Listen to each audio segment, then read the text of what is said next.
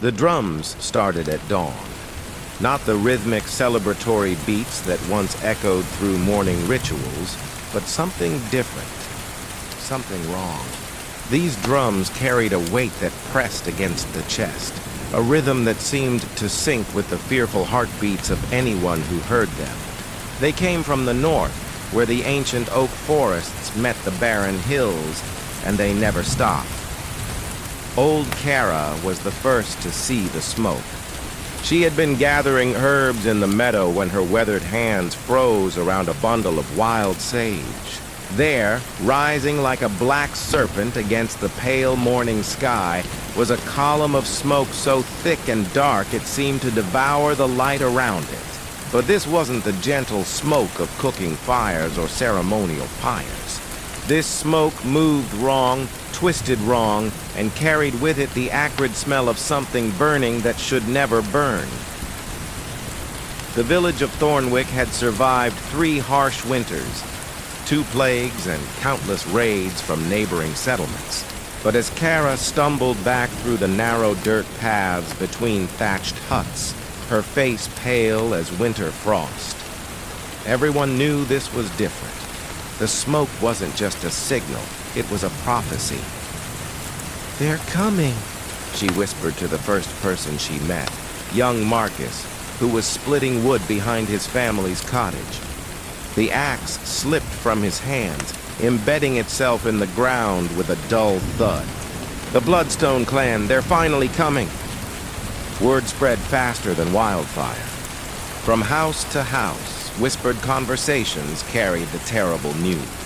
The ancient rivalry that had simmered for generations like coals beneath ash was about to explode into an inferno that would consume everything in its path. Mothers pulled their children closer. Fathers sharpened blades they had hoped never to use again. The elderly shared glances that spoke of memories too dark to voice.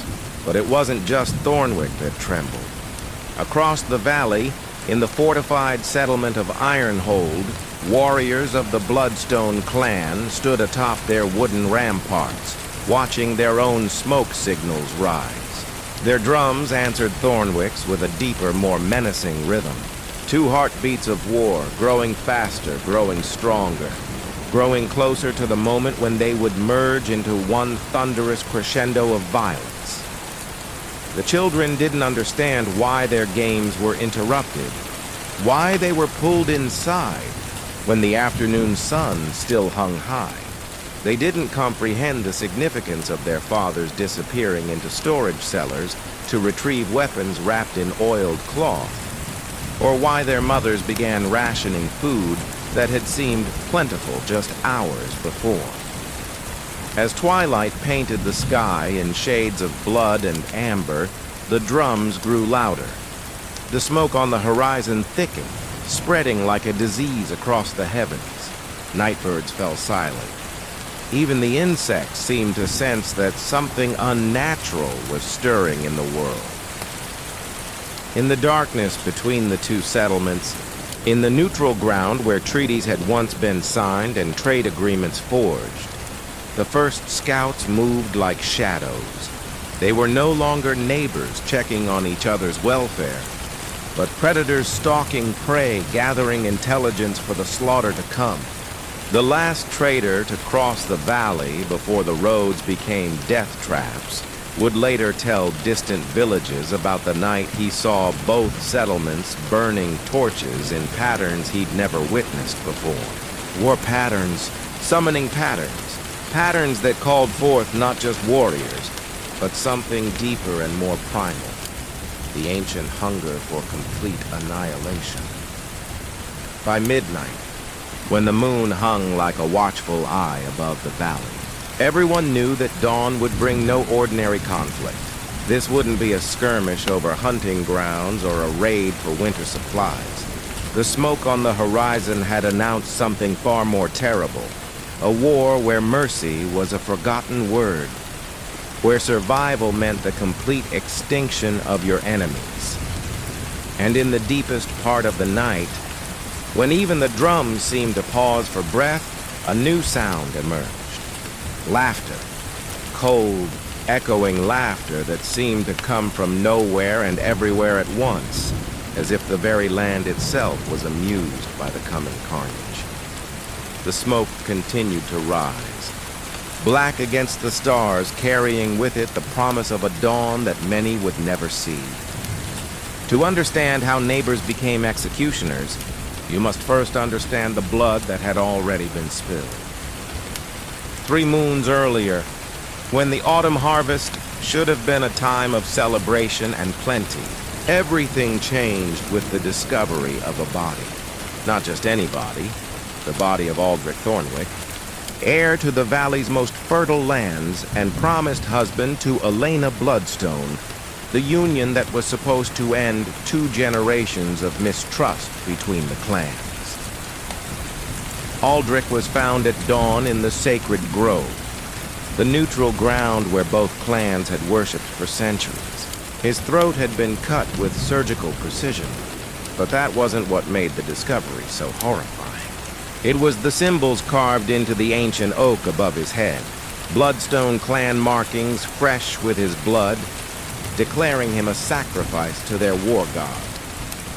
Elena Bloodstone's scream when she learned of his death could be heard across 3 villages. But her grief quickly transformed into something far more dangerous: absolute denial. She knew her people. She knew her family. They would never desecrate the sacred grove, never break the ancient laws that kept the valley from descending into chaos. Someone had murdered Aldrich and blamed her clan, but who and why? The answer came 7 days later, when Elena's younger brother Demon was found dead in his own bed, a Thornwick clan dagger buried between his shoulder blades. This time there were witnesses. 3 servants swore they saw a figure in Thornwick colors scaling the walls of Ironhold under cover of darkness. The evidence was undeniable, or so it seemed. But Marcus Thornwick, Aldrich's cousin and now heir to the leadership of their clan, insisted his people were innocent. "We're being manipulated," he told the Council of Elders, his voice hoarse with exhaustion and grief. "Someone wants us to destroy each other. Can't you see the pattern? Each death perfectly designed to inflame the other side." The elders wanted to believe him. These were practical people who understood that war meant the destruction of everything they had built. But when Demon's funeral pyre was lit and the Bloodstone warriors began their war chants, doubt became a luxury they could no longer afford. The 3rd death sealed their fate. Elena's father, Gareth Bloodstone, was a man who had survived 40 years of valley politics by being cautious, measured, and diplomatic. Even after his son's murder, he sought a peaceful solution. He arranged a secret meeting with Marcus Thornwick in the ruins of an old watchtower, neutral ground where they could speak without their warriors listening. They never had that conversation. The watchtower exploded in a burst of alchemical fire just as both leaders arrived. Gareth died instantly, his body burned beyond recognition. Marcus survived long enough to whisper a single word: betrayal. Then he too succumbed to his wounds, leaving behind only questions and a valley full of people who had lost their last voices for peace. With both clan leaders dead, power fell to their most violent lieutenants. For Thornwick, that meant Corvus the Reaper, a man who had earned his name during the border wars of his youth. For Bloodstone, it meant Elena herself, whose grief had crystallized into a cold, calculating hunger for vengeance. The 4th death was different. It wasn't a leader or an heir, but a child. 7-year-old Sarah Thornwick, out collecting berries near the forest edge, found with her small body mutilated in ways that suggested ritual torture. Pinned to her dress was a Bloodstone clan token, but something about the scene felt wrong to those who examined it closely. The wounds were too precise, too calculated. This wasn't the work of warriors driven by bloodlust, but something more methodical. Professional. whispered old Henrik, the village's former military scout, as he knelt beside the child's body. Whoever did this knew exactly how to make it look like clan revenge, but they're not from either of our peoples. The blade work is foreign. The ritual marks. I've seen these before, in the Eastern Territories, among the death cults. But Henrik's words were lost in the roar of outrage that swept through Thornwick. The child had been murdered. The evidence pointed to bloodstone. Nothing else mattered. The fifth and final death before the war began was the most mysterious of all. Elena Bloodstone herself was found unconscious in her own chambers, a Thornwick poison coursing through her veins. She survived, but barely, and her survival came with a terrible cost: complete amnesia of the days leading up to her poisoning. She remembered planning peace negotiations. She remembered hoping for a solution that wouldn't drench the valley in blood, but she couldn't remember anything after that. And the gaps in her memory were filled by advisors who whispered of Thornwick treachery. As she recovered, lying in her bed with loyal warriors standing guard, Elena began to receive visitors, shamans and seers who spoke of visions, of ancient prophecies that demanded blood for blood, merchants from distant lands who offered weapons and promised that quick, decisive action would end the conflict before it truly began. Strangers who seemed to know exactly what to say to fan the flames of her rage. By the time Elena was strong enough to stand, she was no longer the woman who had once dreamed of peace through marriage. She had become something harder, colder, and infinitely more dangerous. The last voice for restraint in the Bloodstone clan had been silenced not by death, but by transformation. The morning after Elena's recovery, both clans sent their final messages to each other. Not letters or diplomatic envoys, but severed heads mounted on spikes, planted in the fields that separated their territories. The time for words had ended.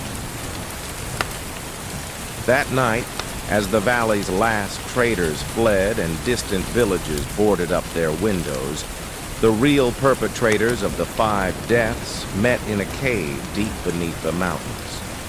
They were not Thornwick or Bloodstone, but something older and more patient. They had been waiting for this moment for decades, carefully nurturing the ancient grudges, slowly escalating the tensions, and finally lighting the spark that would consume everything. Their leader, a figure whose face was hidden beneath a mask of polished bone, smiled as he watched the distant flames beginning to rise from both settlements. "Let them destroy each other," he whispered to his followers. "And when the valley runs red with their blood, we will claim what has always been ours." The spark had been lit. The fire would follow. When dawn broke over the valley, it revealed a world transformed overnight from a place of uneasy peace to the threshold of hell itself. The drums that had whispered warnings the day before now roared with primal fury.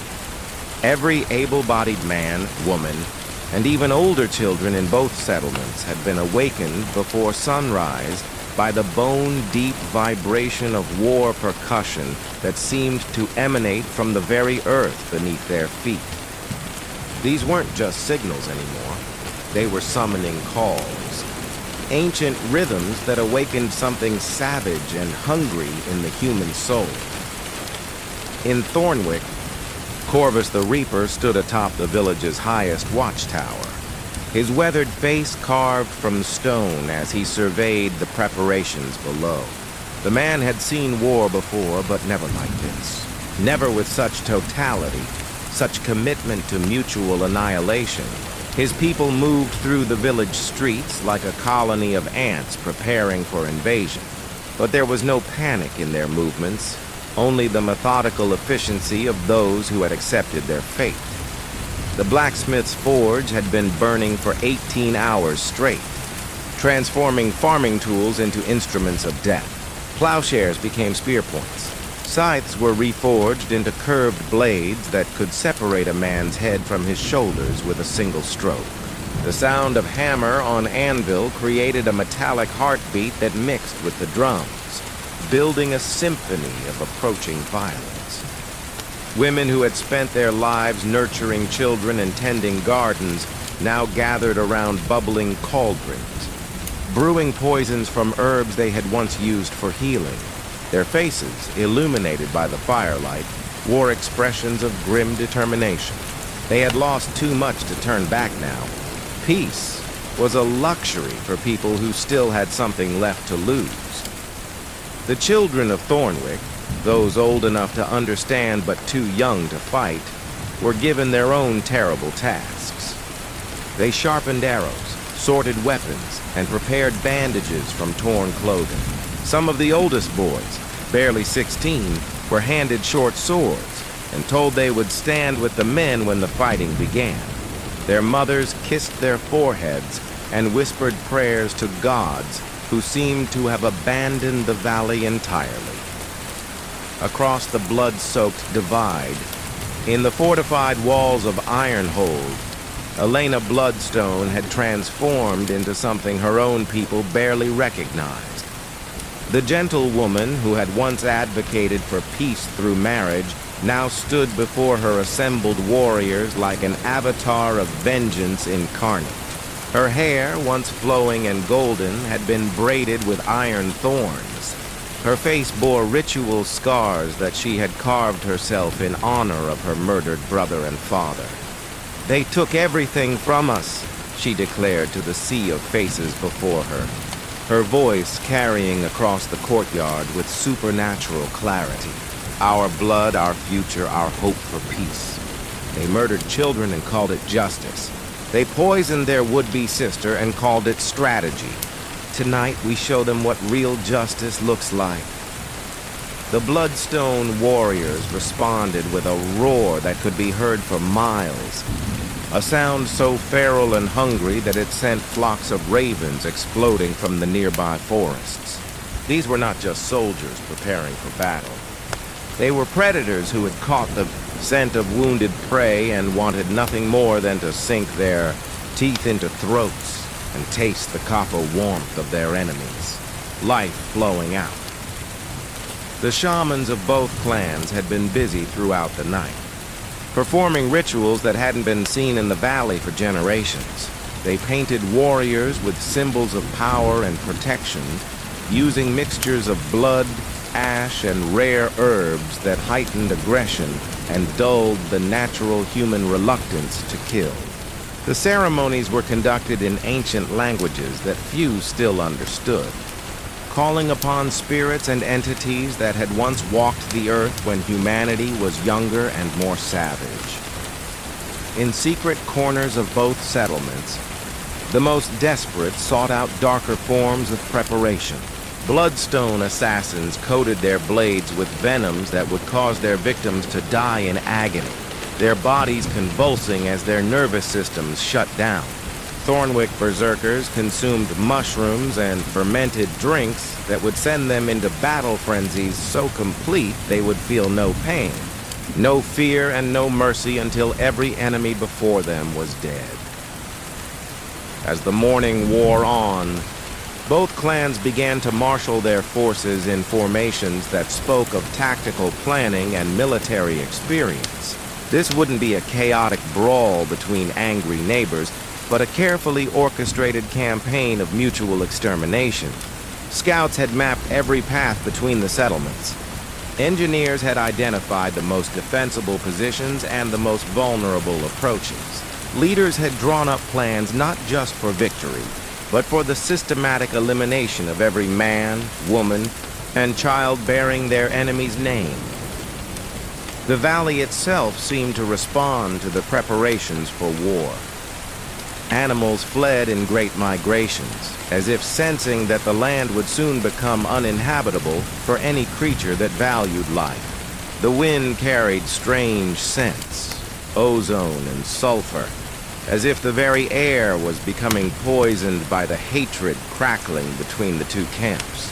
Even the plants seemed to wither, leaves falling from trees despite the season, flowers closing their petals as if in mourning. By midday, both armies had assembled in full view of each other across the neutral ground that had once been a place of trade and diplomacy. The sight was terrible in its completeness. Every person capable of holding a weapon stood in ranks that stretched beyond counting. Banners snapped in the wind, displaying clan symbols that had once represented honor and heritage, but now served as targets for enemy arrows. The final preparations were the most chilling. Both clans brought out their siege engines, catapults and ballistas that had been stored in hidden armories for decades, waiting for a war that their creators had hoped would never come. But more disturbing were the specialized weapons, devices clearly designed not for quick kills, but for maximum suffering. Flails studded with barbed hooks that would tear flesh from bone, crossbow bolts with hollow points filled with caustic chemicals, nets weighted with razors that would slice anyone attempting to escape into ribbons. As the sun reached its zenith, a strange silence fell over the valley. The drums stopped. The war cries ceased. Even the wind seemed to hold its breath. In this moment of perfect quiet, the last messengers rode out from both camps, carrying final demands for unconditional surrender that everyone knew would be rejected. When the messengers returned, shaking their heads in the universal gesture of failed diplomacy, Elena Bloodstone and Corvus the Reaper stepped forward to the edges of their respective formations. They were too far apart to see each other's faces clearly, but close enough to understand the gravity of what was about to unfold. Elena raised her father's war horn to her lips. Corvus lifted his great-grandfather's battle axe above his head. For a heartbeat that seemed to last forever, the entire valley balanced on the edge between civilization and savagery. Then both leaders gave their signals simultaneously. The horn's call pierced the air like the scream of a dying god. The axe fell like judgment itself, and from thousands of throats rose a sound that would haunt the dreams of anyone fortunate enough to survive what came. Next, the unified war cry of two peoples who had chosen to destroy themselves rather than live with their grief. The silence was broken. The war had begun. Above the main conflict, archers from both sides continued to rain death down on anyone foolish enough to present a clear target. Bodies fell with arrows protruding from necks, spines, and skulls. Some warriors fought on despite being pierced multiple times, their bodies held upright by pure hatred until blood loss finally claimed them. Others fell instantly, their eyes still wide with surprise as they realized their last sight would be the gray autumn sky they had looked upon peacefully just hours before. The siege engines added their own terrible contribution to the carnage. Catapults hurled not just stones, but containers filled with burning oil that exploded on impact, creating pockets of hell where warriors were consumed by flames while still fighting. Ballista bolts, each one thick as a man's arm, punched through multiple opponents at once, pinning groups of fighters together in grotesque embraces of death. As the afternoon wore on, the battle began to take on surreal qualities. The ground became so saturated with blood that combatants slipped and fell, sometimes drowning in puddles of gore before they could regain their footing.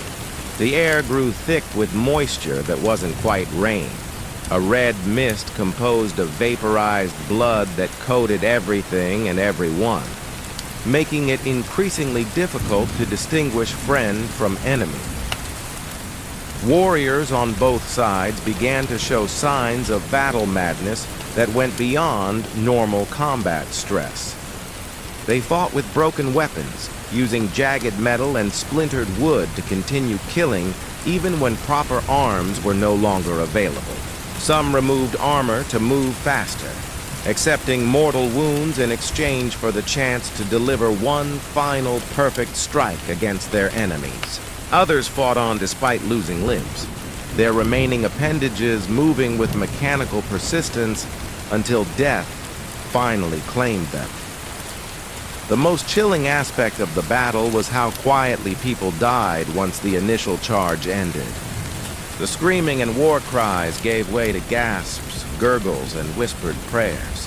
Men and women who had lived full lives, who had loved and been loved, who had contributed to their communities and raised children, simply stopped.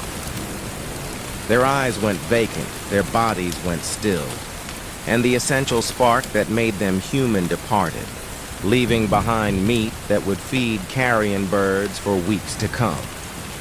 By late afternoon, the sky had indeed turned red. Dust, smoke, and vaporized blood combined with the setting sun to create a canopy of crimson that seemed to press down on the battlefield like the lid of a tomb. The fighting continued, but it had evolved from organized warfare into something more primal, the desperate thrashing of mortally wounded creatures too stubborn to accept their fate. Elena and Corvus finally found each other as the day began to die. They stood in a clearing created by the bodies of their fallen warriors, each leader surrounded by evidence of their own terrible efficiency. Elena's golden hair was now completely red, matted with blood that wasn't entirely her own. Corvus's axe had been replaced twice during the fighting. The original lost in the rib cage of an enemy he couldn't remember killing. They circled each other slowly, two apex predators recognizing their equal. Around them, the battle continued, but it seemed distant now, muffled by exhaustion and the approaching darkness. When they finally engaged, their personal combat was unlike anything else that had happened that day. Precise, calculated, and utterly without mercy. Their duel lasted until the first stars appeared in the red sky above. When it ended, both leaders lay motionless in the blood-soaked earth, their weapons still clutched in hands that would never loosen their grip again.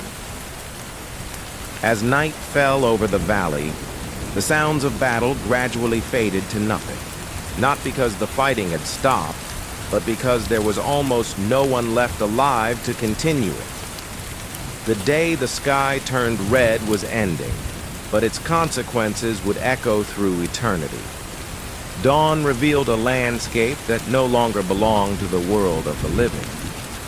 The valley that had once been home to two thriving communities now resembled a vision from the deepest nightmares of humanity. Bodies carpeted the earth so completely that it was impossible to walk without stepping on the remains of someone who had been alive and breathing just 24 hours earlier. The morning mist rose not from dew, but from blood still warm enough to steam in the cool air. Silence reigned where yesterday chaos had ruled. Not the peaceful silence of a sleeping village, but the hollow, empty quiet of a place where death had been so thorough that even the insects had fled. No birds sang. No wind stirred the branches of trees that had been stripped bare by fire and siege engines. The only sounds were the occasional creak of wooden structures settling as they cooled from their burning, and the soft drip of blood still flowing from wounds that would never heal. In this necropolis that had once been a battlefield, something moved. Cale Thornwick, 16 years old and until yesterday a shepherd who had never held a weapon more dangerous than a crook for guiding sheep, pulled himself from beneath the bodies of three bloodstone warriors. His left arm hung useless at his side, shattered by a mace blow he couldn't remember receiving. His right eye was sealed shut by dried blood from a scalp wound that had painted half his face crimson. But he was breathing, and in this place of the dead, that made him a miracle. He wasn't alone. Scattered throughout the massive graveyard, other shapes stirred with the painful slowness of those who had stared into death's face and somehow found the strength to turn away. There was Mira Bloodstone, a healer who had spent the battle trying to save lives rather than take them, now crawling through the carnage with both legs broken, using her arms to drag herself across ground slick with gore. There was Thomas Thornwick, an old man who had survived by playing dead for hours while the battle raged around him, now emerging from his hiding place with eyes that had seen too much to ever close peacefully again. In total, perhaps 20 people had survived the mutual annihilation of their peoples. 20 souls out of nearly 3,000 who had awakened the previous morning believing they would live to see another sunset. They found each other slowly, these remnants of civilizations that no longer existed, drawn together by the basic human need for companionship in the face of absolute horror. But their nightmare was far from over. As the survivors gathered in the ruins of what had once been Thornwick's central marketplace, they began to realize that their ordeal had only begun. The battle was finished, but the hatred that had caused it was still alive, still hungry, still demanding satisfaction. These people looked at each other and saw not fellow survivors of an unimaginable tragedy, but representatives of the clans that had murdered their families. You, wheezed Marcus Thornwick, another relative of the fallen leader, as he spotted Mira trying to bandage her wounds with strips torn from the dead. Your bloodstone. His voice carried all the venom that had poisoned the valley, concentrated now into pure distilled hatred. Mira looked up at him, her face streaked with tears and blood. I tried to save your people, she whispered. I treated Thornwick wounded all day. I never raised a weapon against anyone. Doesn't matter, Marcus replied, reaching for a broken spear that lay nearby. Your people started this. Your people killed my children. And so the war continued, even among the dying. What followed was perhaps more horrifying than the great battle itself, because now the killing was personal, intimate, and carried out by people too exhausted to die quickly. The survivors hunted each other through the maze of corpses, using the bodies of their families as cover while they stalked their final enemies. They fought with broken weapons and bare hands, motivated not by tactical objectives or territorial disputes, but by pure, concentrated grief that had curdled into homicidal rage. Young Cale found himself pursuing Sarah Bloodstone, a girl barely older than himself, through the burned ruins of the granary. She was wounded and weaponless, but in his mind, she represented everyone who had destroyed his world.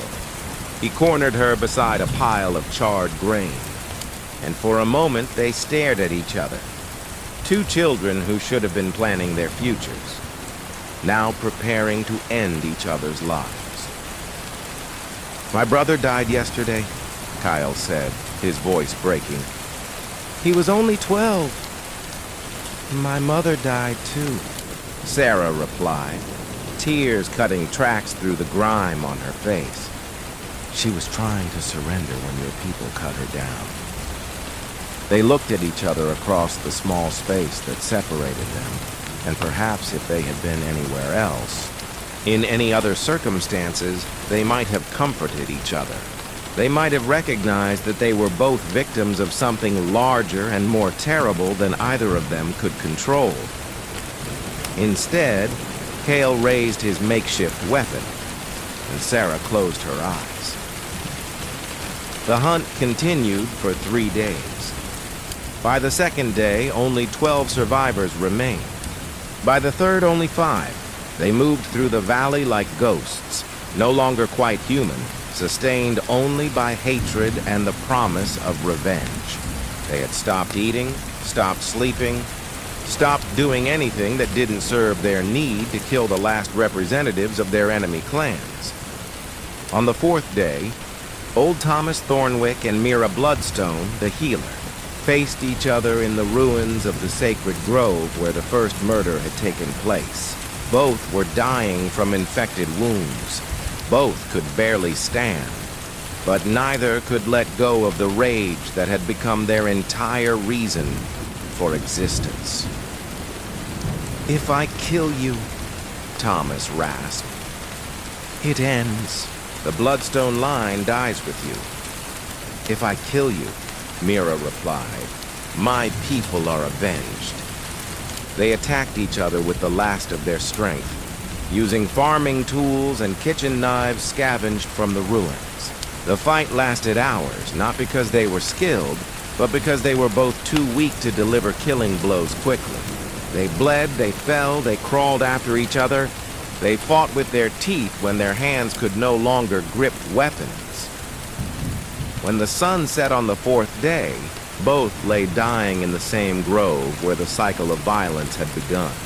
They died within minutes of each other, their hands almost touching, their eyes still locked in mutual hatred even as life faded from them. By the fifth day, only 3 survivors remained. Cale Thornwick, now infected with gangrene from his untreated wounds. Elena's cousin Marcus Bloodstone, delirious with fever. And Jenny, a child so young that no one could remember which clan she had originally belonged to. Kyle and Marcus found each other at sunset, meeting in the ruins of the bridge that had once connected their communities. Both knew they were dying. Both knew this would be their last chance to strike a blow for their fallen peoples. They fought in the growing darkness, 2 dying boys whose hatred had become stronger than their will to live. When it was over, both lay motionless in the stream that ran beneath the bridge, their blood mixing with the water and flowing downstream toward lands that would never know how completely the valley had destroyed itself. Little Jenny, barely 6 years old and forgotten in the carnage, survived alone among the thousands of dead for 2 more days. She drank from puddles and ate berries that grew wild among the ruins, calling out occasionally for her mother, who lay somewhere in the vast graveyard but would never answer. On the 7th day after the great battle, travelers from a distant village came to investigate the smoke that still rose from the valley. They found Jenny sitting beside the stream, plaiting flowers into the hair of a corpse she thought might be her sister. She was the last survivor of the war that left no survivors, a living witness to the complete self-destruction of 2 peoples who had chosen hatred over hope. The travelers took her away, but she never spoke again. Some said it was shock that stole her voice. Others believed she had seen things that human language simply couldn't express. The valley fell silent and remained silent, as if the earth itself was too traumatized to support life again. But in the deepest part of the night, when moonlight illuminated the endless field of bones, some claimed they could still hear the whispers of the dead, plotting their revenge against a world that had allowed such madness to flourish. The last warrior had fallen, but the war was far from over. 20 years have passed since the last scream echoed through the valley, and still no grass grows on the killing field. The trading route that once brought merchants and travelers through the heart of the mountains now takes a wide detour, adding 3 days to any journey rather than risk passage through what the locals call the Cursed Valley. Maps drawn in distant cities mark the area with symbols of danger, not the conventional markers for bandits or wild animals, but the ancient warning signs reserved for places where reality itself has been wounded. Jenny, the sole survivor, never returned to speak of what she witnessed. She lived the remainder of her short life in a monastery far to the south, cared for by monks who specialized in tending to souls that had been broken beyond conventional repair. She died at the age of 19, still mute, still haunted by dreams that caused her to wake screaming in languages that had never been spoken by human tongues. Her final words, whispered to the brother who held her hand as she passed, were, "They're still fighting. They'll never stop fighting." The valley itself has become a legend that parents use to frighten disobedient children and warn them about the consequences of uncontrolled anger. But those who live closest to the cursed ground know that the stories told in distant taverns barely scratch the surface of the truth. They know that some nights, when the moon is dark and the wind is still, you can hear things moving in the valley that have no business walking among the living. Father Miguel, the priest who serves the mountain villages, has blessed the approaches to the valley 17 times in 2 decades. Each blessing lasts for a few months, keeping the worst of the manifestations contained within the boundaries of the killing ground. But eventually, the sanctified barriers weaken, and things begin to seep out into the surrounding countryside. Livestock die mysteriously within a day's walk of the valley's edge, their bodies drained of blood but showing no wounds. Children wake from nightmares speaking words in the dialects of the extinct clans, though they've never heard those languages before. Travelers report seeing armies of translucent figures marching across distant ridges, still fighting battles that ended 2 decades ago, still dying deaths that refuse to grant them peace. The merchant caravan master Henrik, who has traveled these mountains for 40 years, tells a story that has become part of local folklore. 3 summers ago, his train was forced to camp within sight of the valley when a bridge collapse blocked their normal route. Throughout the night, his guards reported seeing lights moving in the ruins below, not the warm glow of campfires, but cold. Blue flames that flickered without fuel and cast shadows that moved independently of their sources. "I saw them myself," Henrik swears to anyone who will listen. 2 armies clear as daylight but pale as moonbeams, fighting the same battle over and over again. I watched Elena Bloodstone and Corvus the Reaper kill each other 12 times before dawn came and the visions faded. But each time they died, they rose again within minutes, ready to hate each other with the same intensity that destroyed them the first time. The local shamans, what few remain after the church's expansion into the mountain regions, speak of the valley in hushed tones reserved for cosmic disasters. They say the concentrated hatred and violence of that single day created a wound in the spiritual fabric of reality itself. The emotions unleashed were so intense, so focused, and so absolute that they burned themselves into the very atoms of earth and air, creating a permanent scar that will never heal. "Some places remember," explains old Martha, "the last shaman willing to discuss the valley openly. Some events are so powerful they echo backward and forward through time, becoming more real than reality itself. The Thornwicks and Bloodstones didn't just kill each other, they destroyed the possibility of peace so completely that the universe itself recoils from that spot." Archaeological expeditions have attempted to enter the valley 6 times in 20 years. None have been completed successfully. The first 3 groups were found days later at the valley's edge, their members catatonic and unresponsive to any attempts at communication. They were physically unharmed, but psychologically shattered, as if they had witnessed something that their minds simply couldn't process. The 4th expedition vanished entirely, leaving behind only their equipment arranged in neat piles at the valley's entrance, as if they had carefully unpacked everything and then walked naked into the ruins. The 5th expedition lasted longer than the others, sending daily reports by trained raven for nearly a week. Their messages described findings that contradicted each other wildly. Massive stone structures that appeared and disappeared depending on the time of day. Artifacts that changed composition when observed directly, and most disturbing of all, the persistent sensation of being watched by thousands of invisible eyes. Their final message, sent on the seventh day, contained only 16 words. The dead are not gone. They are recruiting. Do not send more people. Do not come looking for us. The sixth and final expedition was mounted by the church itself, led by an experienced exorcist who had cleansed dozens of haunted locations throughout the kingdom. Brother Augustine entered the valley alone, carrying only a silver cross and a journal in which to record his observations.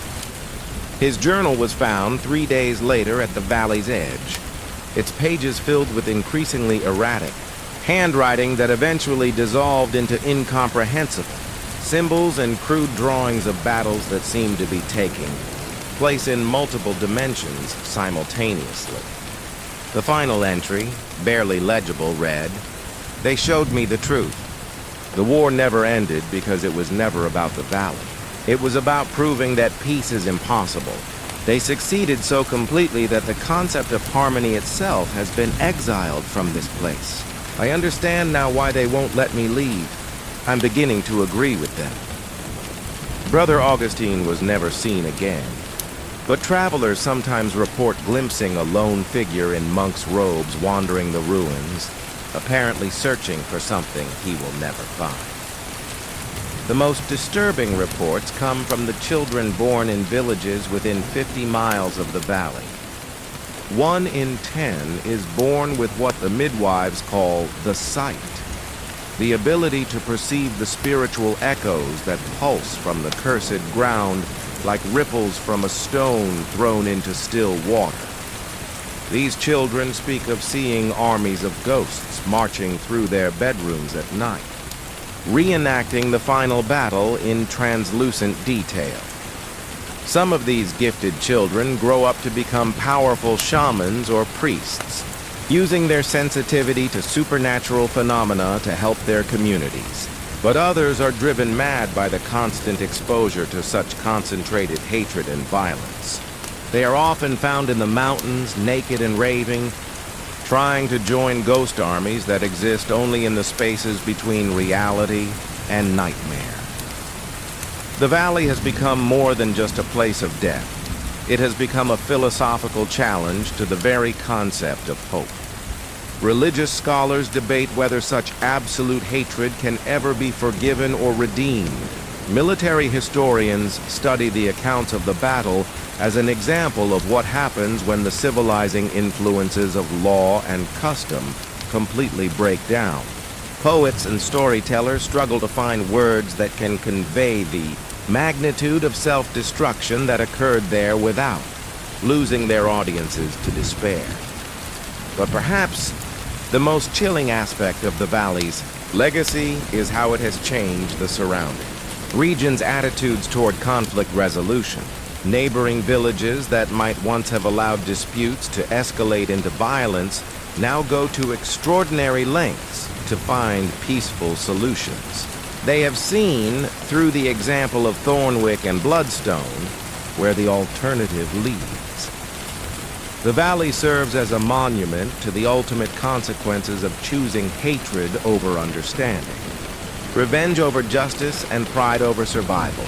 It stands as proof that some victories are so complete, they destroy not just the defeated, but the victors, the battlefield, and the very possibility of there ever being peace again. And on the darkest nights, when storm clouds hide the stars and the wind carries sounds that have no earthly source, the mountain people lock their doors and whisper prayers to gods they hope are still listening, because they know that somewhere in the cursed valley below, two armies continue to fight a war that ended 20 years ago, and will continue fighting until the end of time itself. The ashes may have settled, but the echoes will never fade. There are scholars who believe that some evils are too pure to die. Dr. Elizabeth Harrow, a professor of anthropological studies at the Royal University, spent 3 years researching the Thornwick-Bloodstone conflict from the safety of distant libraries and archives. She interviewed survivors from neighboring villages, collected fragments of artifacts that had been carried away by looters, and compiled what she believed to be the definitive academic account of the war that left no survivors. But academic study and direct experience are two entirely different forms of knowledge, as she discovered when she finally decided to visit the valley herself. "I thought I understood what had happened there," she wrote in her final journal entry. "I had categorized it, analyzed it, reduced it to sociological patterns and historical precedents. I believed that hatred, no matter how intense, was still just an emotion, powerful but temporary, destructive but ultimately finite. I was catastrophically wrong. Dr. Harrow's expedition was meticulously planned. She brought scientific instruments to measure electromagnetic anomalies, cameras to document the ruins, and a small team of graduate students to help catalog whatever artifacts might remain. What she found defied every assumption she had made about the nature of human emotion and its ability to persist beyond death. The hatred isn't gone," she documented during her first day in the valley. "It's evolved. It's learned to exist independently of the people who originally felt it. The air itself seems saturated with rage, so concentrated that our instruments are detecting energy readings that shouldn't be possible. We're not studying the aftermath of a historical event. We're studying a living phenomenon that continues to grow stronger with each passing year." Her team's psychological evaluations, conducted daily, showed rapid deterioration in their mental stability. By the third day, 2 graduate students were reporting vivid dreams in which they experienced the memories of dead warriors from both clans.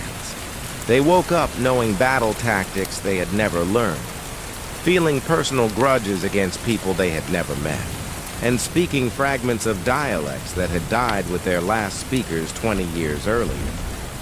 "The memories aren't just preserved here," Dr. Harrow noted.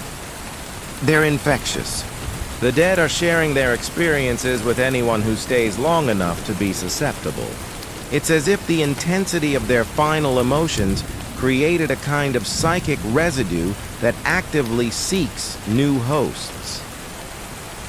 On the 4th day, her team discovered something that changed their understanding of the valley's nature entirely. Deep within the ruins of the sacred grove, they found evidence of structures that predated both clans by centuries. Stone foundations arranged in patterns that suggested ritualistic purposes, carved with symbols that resembled no known language or culture.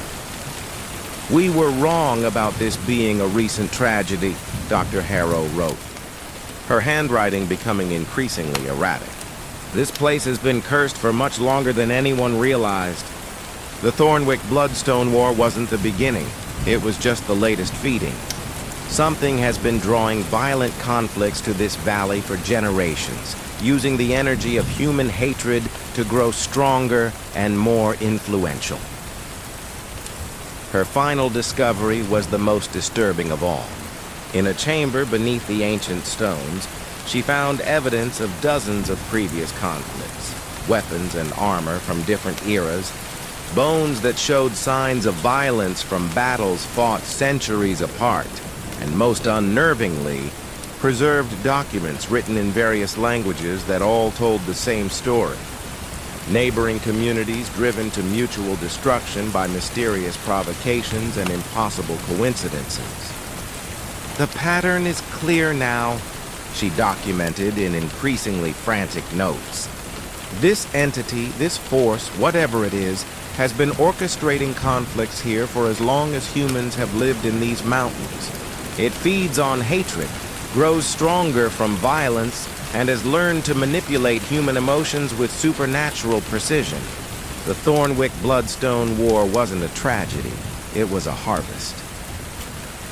Dr. Harrow's team evacuated the valley on the 5th day, but they didn't escape unchanged. Within weeks of their return to the university, all 4 team members began exhibiting signs of psychological contamination. They reported persistent nightmares, sudden episodes of unexplainable rage, and most disturbingly, an increasing inability to feel empathy or compassion for other human beings. 2 of the graduate students committed suicide within the first month, leaving behind notes that spoke of being unable to tolerate the weakness of peaceful human interaction. The 3rd disappeared during a violent altercation with campus security, last seen running toward the mountains with inhuman speed and purpose. Dr. Harrow herself lasted the longest, perhaps because her academic training provided some resistance to the psychological infection. But her final journal entries, found after her body was discovered in her locked office, reveal a mind struggling against influences that grew stronger each day. "I understand now why the valley wants to be studied," she wrote. "It's not content to remain isolated in the mountains. It wants to spread. Every person who learns about it, who thinks about it, who tries to understand it, becomes a potential vector for its influence. The knowledge itself is contaminated." Her research notes, despite being sealed by university authorities, have somehow continued to circulate. Copies appear in libraries where they were never deposited, and students report finding her findings slipped under their dormitory doors by unknown hands. Each new reader becomes slightly more aggressive, slightly more prone to conflict, slightly less capable of resolving disputes peacefully. The curse of memory, it seems, is that some memories refuse to remain memories. They become living things that hunger for new minds to inhabit, new conflicts to orchestrate, new opportunities to prove that hope is just delayed despair and peace is merely the absence of sufficient provocation.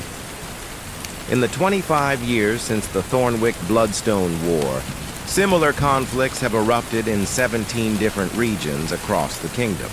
Each follows the same pattern. Ancient grievances suddenly resurface. Mysterious provocations escalate tensions beyond reason, and entire communities destroy themselves in orgies of mutual annihilation that leave only cursed ground behind. Religious authorities have begun to suspect that they are dealing not with isolated incidents of human weakness, but with a coordinated assault on the very concept of civilization itself. The thing that dwells in the valley, whether demon, ancient god, or something else entirely, appears to be expanding its influence, creating a network of cursed sites where hatred has become so concentrated that it develops its own malevolent intelligence. "We are facing an enemy that feeds on our greatest weakness," wrote Archbishop Thomas in a sealed letter to the High King. "It turns our capacity for righteous anger against us, transforms our need for justice into hunger for vengeance, and uses our love for our families as fuel for wars that destroy everything we claim to be protecting. Worst of all, it makes these transformations feel natural, inevitable, even noble." The letter was never delivered. Archbishop Thomas was found dead in his chambers the morning it was written, his body unmarked, but his face frozen in an expression of absolute terror.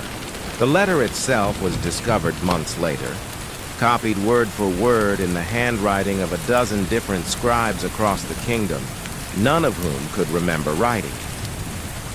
Some philosophers now argue that the valley represents the ultimate truth about human nature, that beneath our civilized pretenses, we are creatures of violence and hatred who inevitably destroy everything we claim to love.